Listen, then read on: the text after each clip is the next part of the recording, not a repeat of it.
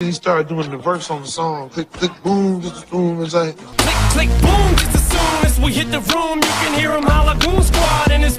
Click, click, boom. Hold on, that's my shit, huh? Holla Goon Squad in this. Let me hear you holla Goon Squad in this. Let me hear you holla running Ave in this. I'm like, oh shit, this nigga put our name in the song. Yeah. Welcome to Detroit. Come back soon. Trick, trick, trick, trick, trick, trick. Today, we're diving into the story of Eminem and Trick Trick, two Detroit legends whose bond not only shaped the city's hip-hop scene, but also sent shockwaves across the rap industry.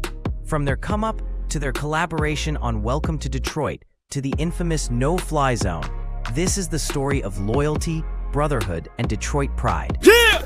Eminem came up in the battle rap scene, sharpening his skills at places like the hip-hop shop, where lyrical ability was the only currency that mattered. They used to do battle rap up there, and that's where I saw Eminem at the first time. Not to brag, I don't mean to boast. Look, my face is pale, but you look like you seen the ghost. And then when I heard it, I was like, what the is this? Nobody told me he was a white boy. It didn't make a difference, but when they told me he was, I was like, get the out of here.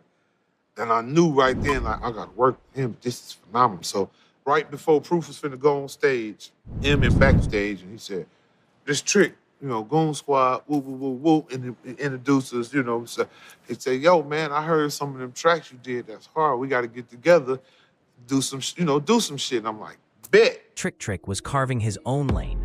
As a member of the Goon Squad, he was already a respected figure on Detroit's West Side. But he wasn't just known for his music. Trick had deep roots in the streets, which gave him credibility and influence across the city. There's a story that shows just how much Eminem valued Trick Trick. At one point, Trick ran into legal trouble and was locked up. Eminem stepped in and helped bail him out. That move wasn't about business, it was about loyalty. Eminem showed that when he called someone a brother, he meant it. This moment cemented their bond and set the stage for future collaborations. I'm sitting at home in the living room and my phone rang. I answer the phone, what's up, cuz? He tell me somebody just shot his mama house up. I go over here and everybody else pulling up. Some funk jumped off between some younger people and some adults got involved. So it was one of them situations where I was like, okay, phew, glad nobody been shooting at the house in the broad daylight. Let's go. I'm leaving. I get around the corner, the shooting going off. I hear shots. Oh, shit. Get the home. I seen it. I seen the dark cloud. I was like, yeah, I know what that motherfucker mean. Here it come. Here come the shit. You want to talk to me about some punk shit that happened? Motherfucker, I don't know. You talking about these eyes right here? I ain't seen a motherfucker shoot shit. And I got shit to do. I literally had a show to do. That motherfucker locked me up that day. Said, we charge you with first-degree murder and felony firearm. Watch the police do me like that. Like, really tell me, we know you did do it, but you want to take the rap for your homeboy, that's on you. I was like, you... Okay, well, let's go to jail then, Maggie. Eminem bailed Trick Trick out for $250,000 because he believed in giving him a real chance to turn his life around. Feeling on the verge of something major and it's going to change his life. Can he escape this, street life that he's got so accustomed to, come up out of that and make it. Eminem went to Proof and said, I heard Trick got a bond. Should I bond him out? Proof said, hell yeah. Hell yeah, bond him out. And I'm like, shit, I'm out. Watch me work. $250,000 later and everything I own later, I walked out of that. Not only did Eminem bail Trick Trick out to give him a chance to turn his life around, he also surprised him with Welcome to Detroit, a gritty anthem from the People verses that put Trick on the national stage while showing Eminem's love for his city and his brother in hip-hop. Eminem, he called me one day and told me come up to the studio, so I'm thinking some shit finna pop off. But no, he jumped in and played this song, Welcome to Detroit. Yeah. Tricky! He started doing the verse on the song. Click, click, boom, just boom. It's like click, click, boom. Just as soon as we hit the room, you can hear him holla Goon Squad in his. Click, click, boom. Hold on, that's my shit, huh? Holla Goon Squad in this. Let me hear you holla Goon Squad in this. Let me hear you holla running Ave in this. I'm like, oh shit, it's Put our name in the song, huh? Second verse, I heard the hook again. I hear that. I'ma call that rude boy from Detroit. Trick, quick, come pick me up. I'ma call that rude boy from Detroit. Trick, quick, come pick me up. Yeah, I just beat a murder. You hear this shit? This the biggest phenomenon in hip-hop right now.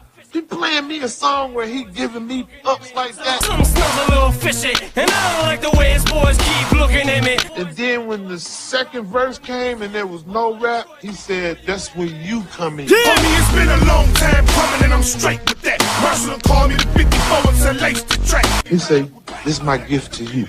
You don't owe me nothing. This ought to get you what you need from this point. Trust me. The beat that you hearing banging, he produced it himself. My bad, almost forgot to introduce myself. My name is Trick. Yeah! The Welcome to Detroit record, really big thing, because you have to remember, he was our guy that nobody else knew about unless you came to Detroit. But by him putting him on that record, you know, now you have an artist with a cajillion fans that's saying, hey, this is Trick here. That song went and got me the biggest legal bag I ever had in my life. And I've been on since. I ain't went no well. I'm still gigging. I'm still going. And, you know, that introduction to a world that didn't know who Trick was. You know what I mean? I'm 7 Mile. I'm street. You know what I mean? Click boom. Produced by Eminem, the song was pure Detroit energy. Eminem not only laced Trick with a heavy, gritty beat, but also dropped a hard verse himself. The track became an anthem, not just for the city, but for hip-hop fans who respected authenticity. For Trick, it was the cosign that pushed him into the national spotlight. For Eminem, it was a way to put on for his city and show love to someone who always had his back. Introduced me to an audience that wasn't checking for me, dog. Not because I asked for it, just out of love, dog. That made that song. I had no idea this song was being done. I had no idea this song was even being factored, you know. I'm gonna me, but can you meet me at the studio? We're in 54.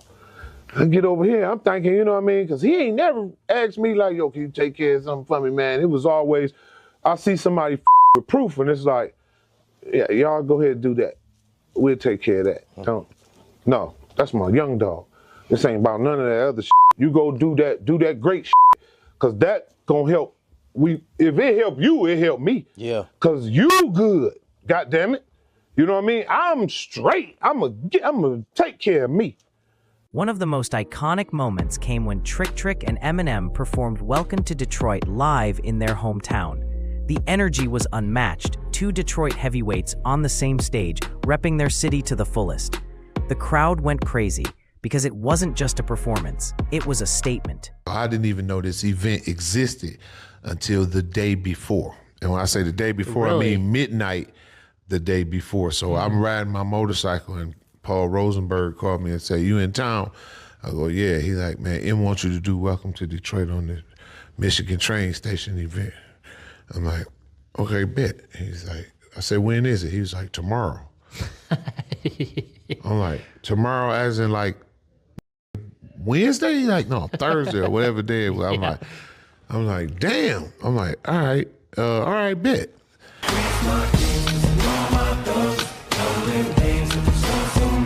Eminem dropped his verse and the crowd went absolutely wild. All my Detroit people, where you at, man? Let me see them hands in the sky. Detroit, motherfuckers, till we die. For the first time, they performed the song live together on stage, with Trick making a surprise appearance. Homie, it's been a long time coming and I'm stripped with that. Marshall called me the 54 and said, lace the track. The energy was insane, and Trick absolutely killed it. This the beat that you're hearing banging, he produced it himself.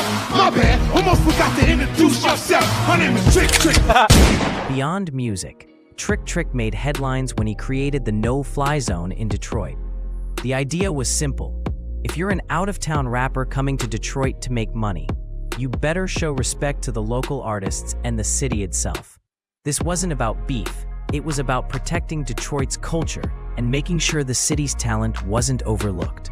The policy made waves, especially when Trick enforced it against major artists. The most famous example was in 2014, when Rick Ross was scheduled to perform in Detroit, but never made it to the stage. It all happened because Rick Ross had made some comments about Eminem that Trick didn't like. Y'all got a problem for the rest of y'all life. Hey, and 50, You boring me. I might need to get at Eminem now. I might need to, I don't know. But Ross didn't stop there. In interviews, he threw indirect shade at Eminem too, calling his music not relevant to the streets and even mocking M's appearance. That hit a nerve. Yeah, y'all saw the new Eminem video? Yeah. You like it? It's Eminem.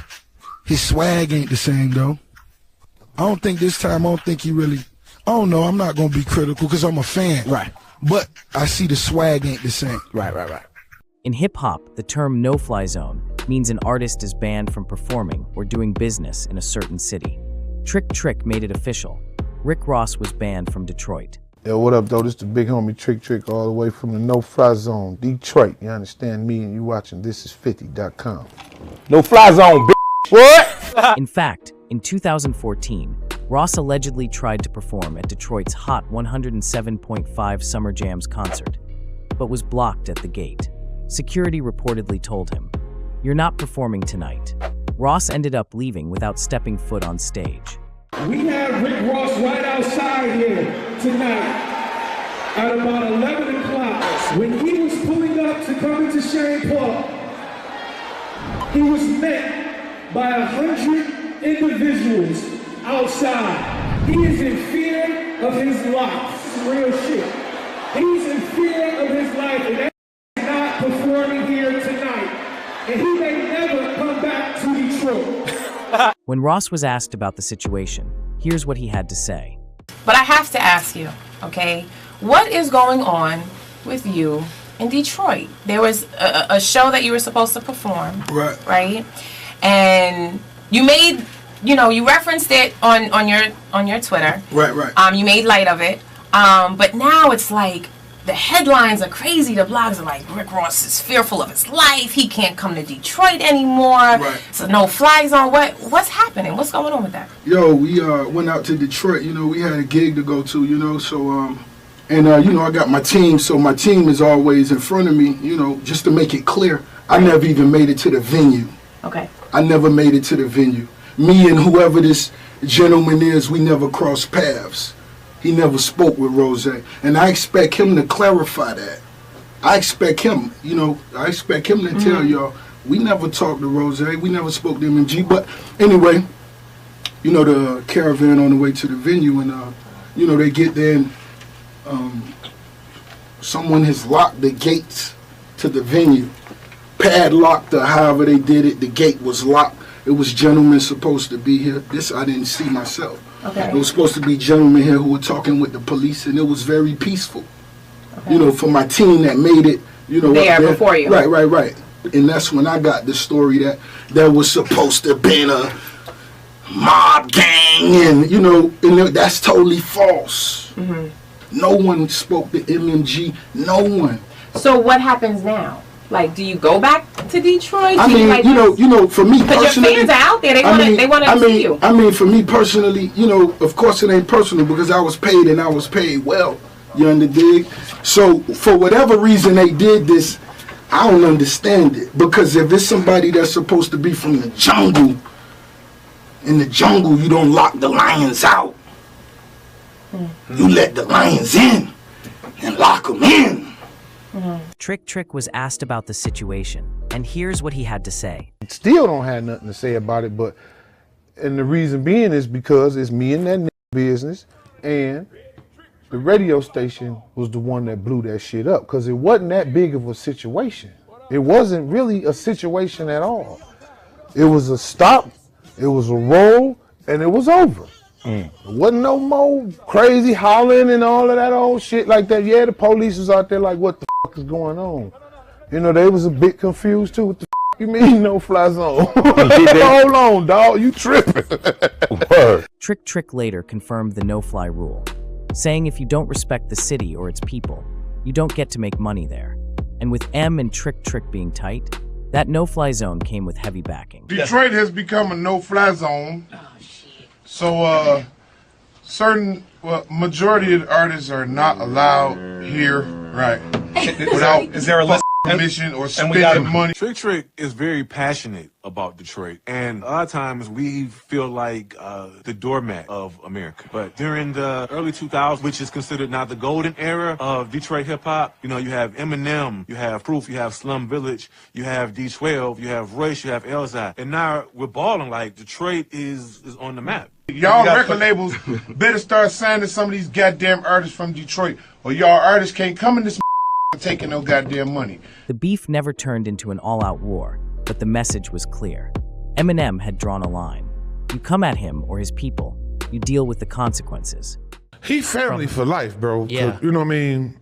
We talk, you know, but he family for life. He just, you know, bro, do his thing. That's what he do. He Eminem. Nobody gonna take that away from him. The great, you know. So, yeah, you know, he know if he need me, phone call, same. You know, we never had that dialogue before about when it come to us working together, because, you know, we just respect the culture so much. You never had it. When somebody with you, you don't talk like about that, you know. Eminem and Trick's story is one of mutual respect, loyalty, and putting their city first. From bailing each other out, to making classics, to setting rules in the rap game, their bond represents what Detroit is all about: authenticity, brotherhood, and strength. What's your relationship with Trick? What's my relationship with Trick? Yeah. Oh, that's my man. Welcome to Detroit. Come back soon. Trick.